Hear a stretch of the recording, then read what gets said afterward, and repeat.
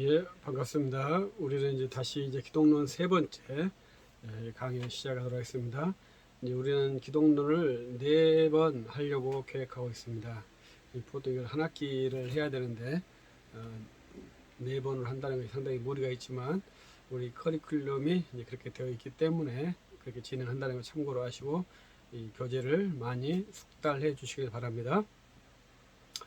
이제 우리는 이제 추석을 지난 다음 날이죠. 대한민국 사람은 추석을 치르게 돼 있죠.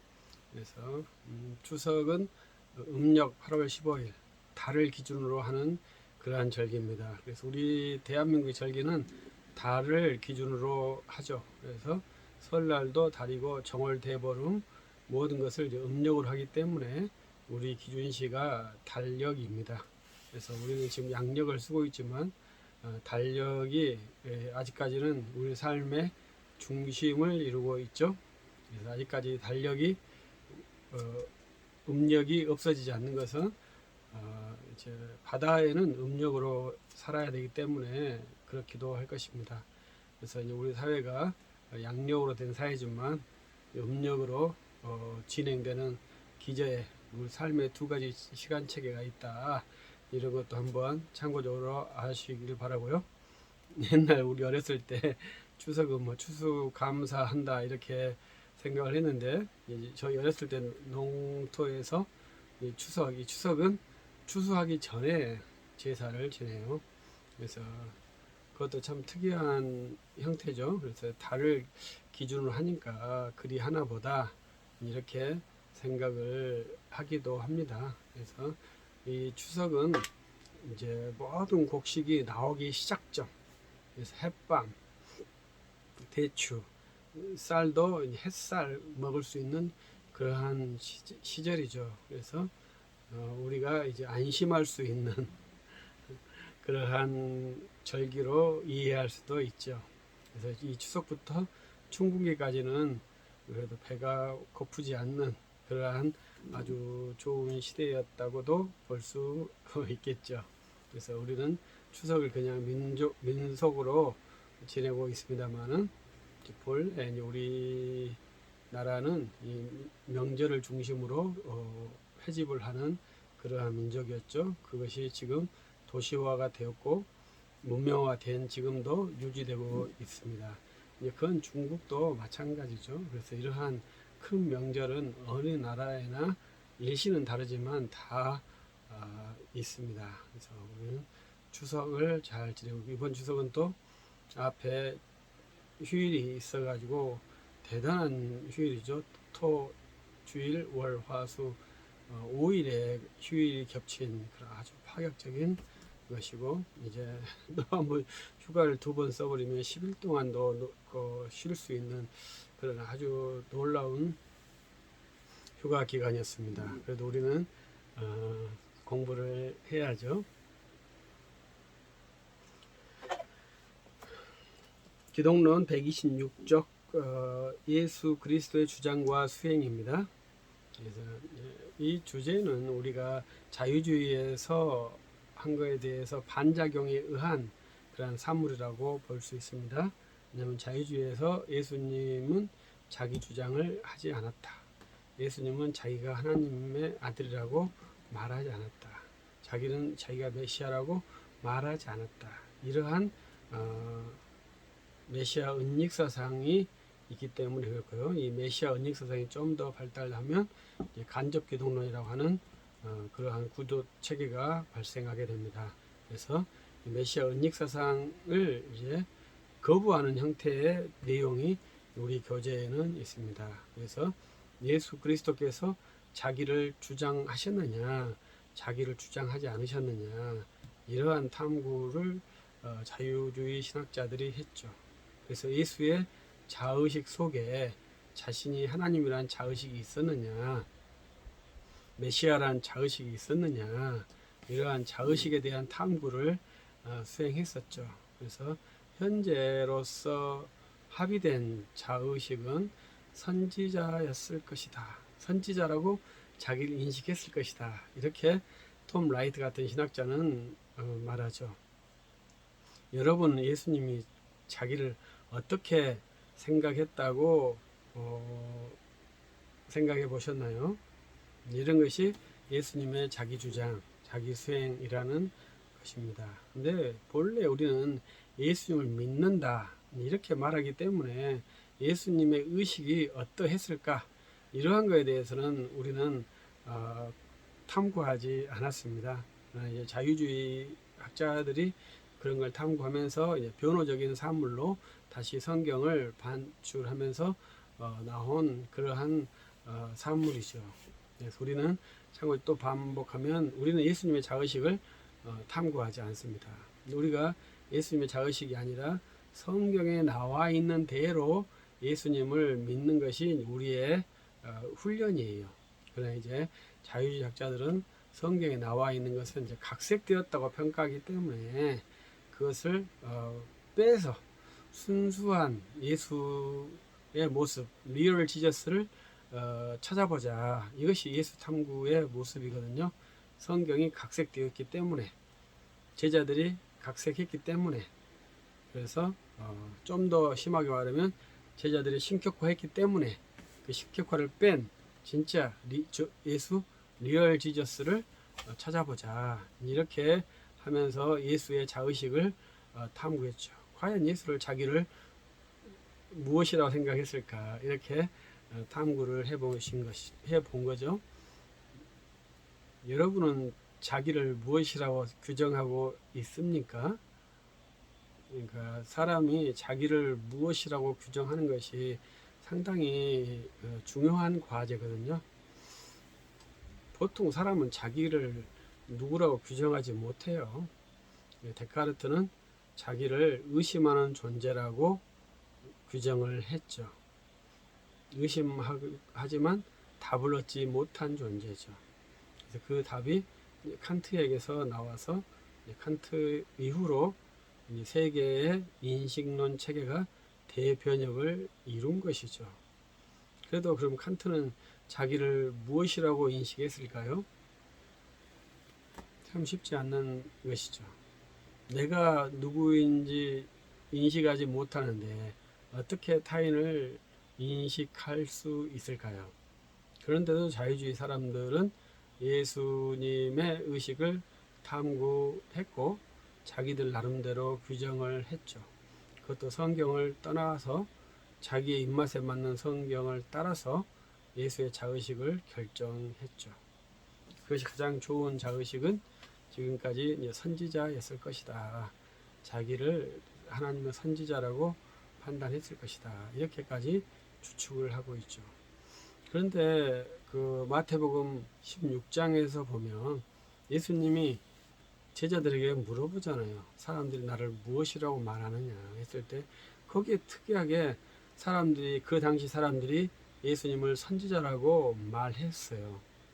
그런데 예수님은 그들의 증거를 인정하지 않았죠. 그래서 사도 베드로가 대답한 그리스도시요 살아계신 하나님의 아들입니다. 이 고백을 자기 증거로 수납을 했죠. 그런데 그거에 대해서는 이제 정리에 인정하지 않죠. 그것이 자유주의 신학이고요.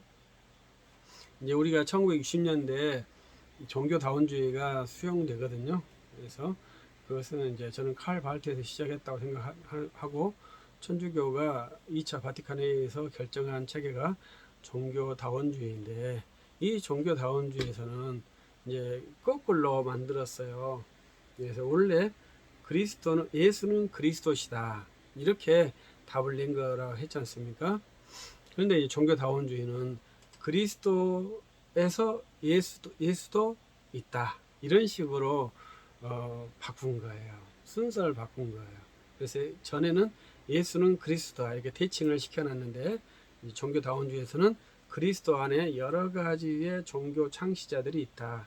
그래서 모든 종교 창시자들을 그리스도로 보자. 이런 식으로 해서 그리스도 예수 그리스도 약간 순서를 바꿔서 이해를 하게 되었습니다. 본래 그리스도는 메시아라고 해서 히브리 직분이지 않습니까?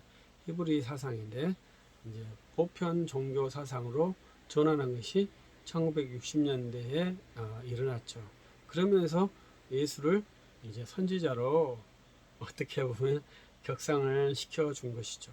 그런데 특이하게 성경은 그렇게 한 증거에 대해서 예수님이 인정하지 않았다는 거예요.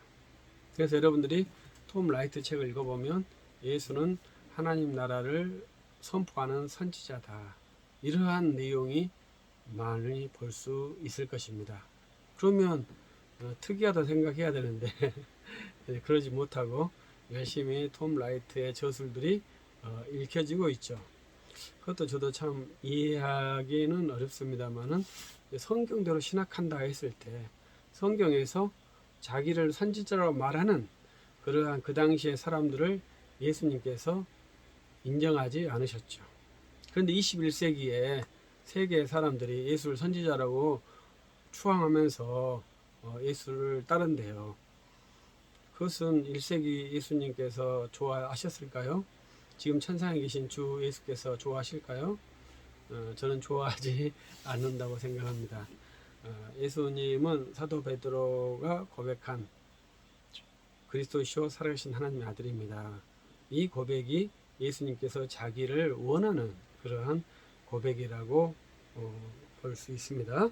그래서 이제 그러한 형태로서의 예수의 주장과 수행입니다. 한번 전문을 읽어보도록 하겠습니다. 예수 그리스도는 성육신하사 사람 되신 하나님의 이름입니다. 삼위일체 제2위격이신 이가 우리의 구원을 위해 구원 중보자가 되시고 작성하시고 성육신하셔 사람이 되심으로 예수 그리스도라는 이름을 얻었습니다. 네, 주 예수가 요단강의 세례를 받아 구주 곧 그리스도로 세워지고 성령 세례를 받아 하나님 나라의 왕으로 세워졌습니다. 예수님의 세례받은 것이죠. 그러므로 그는 자기 구속사역 백성을 회복하여 하나님의 백성으로 삼아야 했습니다. 자기의 구원 사역으로 새로운 구원 시대를 열어 하나님 나라를 세워야 할 작업을 가지셨습니다. 예수가 그리스도로 옴으로 하나님 나라가 시작되었고 그의 구속 사역으로 하나님 나라를 설립하셔야 했습니다.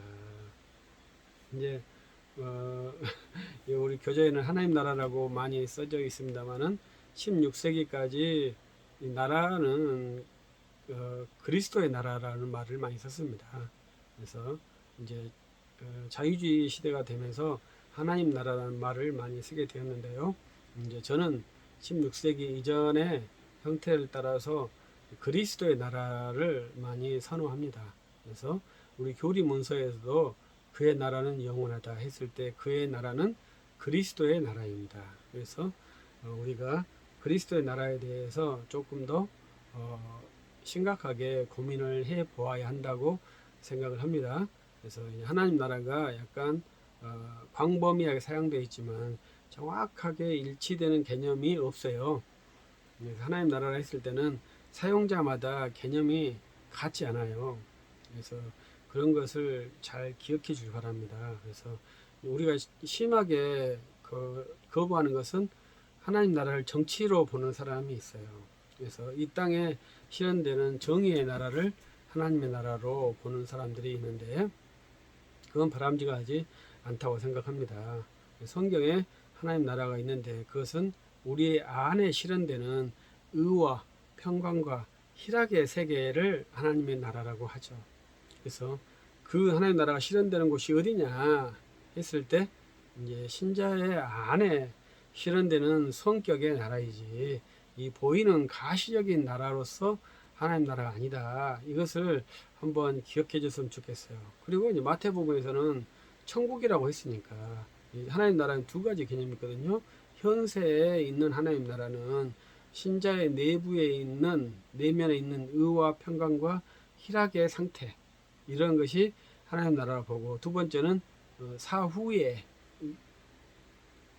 천국에 있는 하나님 나라도 하나님의 나라입니다. 그래서 저는 이 하나님 나라를 두 가지로 보는데 우리가 훈련하는 이 두 가지 모두가 다 지상에서 의와 평강과 희락을 주시는 것도 그리스도를 믿음으로 우리에게 주시는 것이고 천국에서도 의로운 심판관이 이 인격의 성자 하나님이시다, 이렇게 이해할 수 있습니다.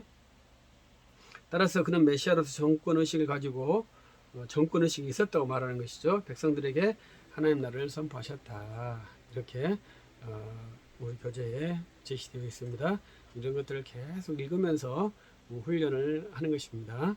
제 아들이 신학생인데 요새 정신이 없대요. 왜냐하면 분량이 많으니까 정신없이 이 커리큘럼에 따라서 3년을 진행하는 것이 신학생이거든요. 이렇게 전부 얼마나 많은 파티션의 과목들이 있습니까? 그 과목들을 해소하려고 하니까 정신이 없죠. 그러면서 이제 3년 지나면 목사가 되는 것인데, 그렇게 정신없이 따라서 공부를 하다가 이제 사역을 하면서 사역 현장에서 부딪히면서 중요한 내게 두어진 전문 항목이 무엇인지 만나게 되는 것이 우리들의 사역의 현장이라고 볼 수 있습니다. 우리가 들어갈 때 이미 전문 분야를 갖고 들어가는 경우는 많지 않아요. 저도 성경을 가지고 신학교에 들어갔다가 예수 그리스도를 연구하게 됐고, 다시 지금 성경 해석을 연구하려고 하는 그러한 케이스에 있는데요. 그러니까 우리도 신학 여정에서 꾸준히 반복하면서 변화하면서 이렇게 우리가 만들어지는 것이지, 내가 정해 놓은 그것이 딱 변함없이 가는 게 아닙니다. 그러나 그 정해 놓은 것이 무엇이냐, 이것이 상당히 중요하죠. 그래서 우리가 정해놓은 것은 이렇게 함축적이고 포괄적인 것을 정하지 않아요. 나는 좋은 사역자가 될 것입니다, 이렇게 정하지 않습니다. 나는 열심히 일하는 사역자가 될 것입니다, 이렇게 정하면 안 됩니다. 이런 것을 이제 포괄적으로 정하는 것이거든요. 하나님께 인정받는 사역자가 될 것입니다, 이런 것은 안 된다, 이 말이죠. 우리는 성경을 전문적으로 연구하겠습니다. 신학을 전문적으로 연구하겠습니다. 신학에서도 기독론을 전문적으로 연구하겠습니다, 이렇게 정하는 것이 이제 우리 신학의 하나의 결정이에요. 그래서 이것을 모두 다 하죠. 그러나 이 메인 자기 전문 분야를 가지고 탐구를 해보는 것이 상당히 유익하겠죠. 그래서 우리가 하나님 나라를 가지고 약간 길게 이야기를 하고 있는데, 이 하나님 나라라는 테마도 상당히 복잡한 테마예요. 근데 이 하나님 나라가 우리에게는 광범위하게 사용되고 있지만, 저는 이제 이 하나님 나라에 대해서 조금 덜 사용하려고 하는 나라고, 교회와 그리스도의 이름에 대해서 더 많이 말하려고 하는 그러한 사역자죠. 그래서 여러분들도 한번 깊게 생각해 주시고, 여러분들도 하나님 나라를 많이 좋아할 수 있는데, 교회와 그리스도의 이름에 대해서 여러분들도 한번 더 관심을 가질 수 있는 그러한 사고 훈련을 해보고 믿음 훈련을 해보시고 한다면 조금 더 저와 이렇게 이야기하고 만난 시간에 유익함이 있지 않을까, 이렇게 생각도 해봅니다. 이제 오늘 여기까지, 이 시간은 한 시간은 여기까지 일단 하도록 하겠습니다. 감사합니다.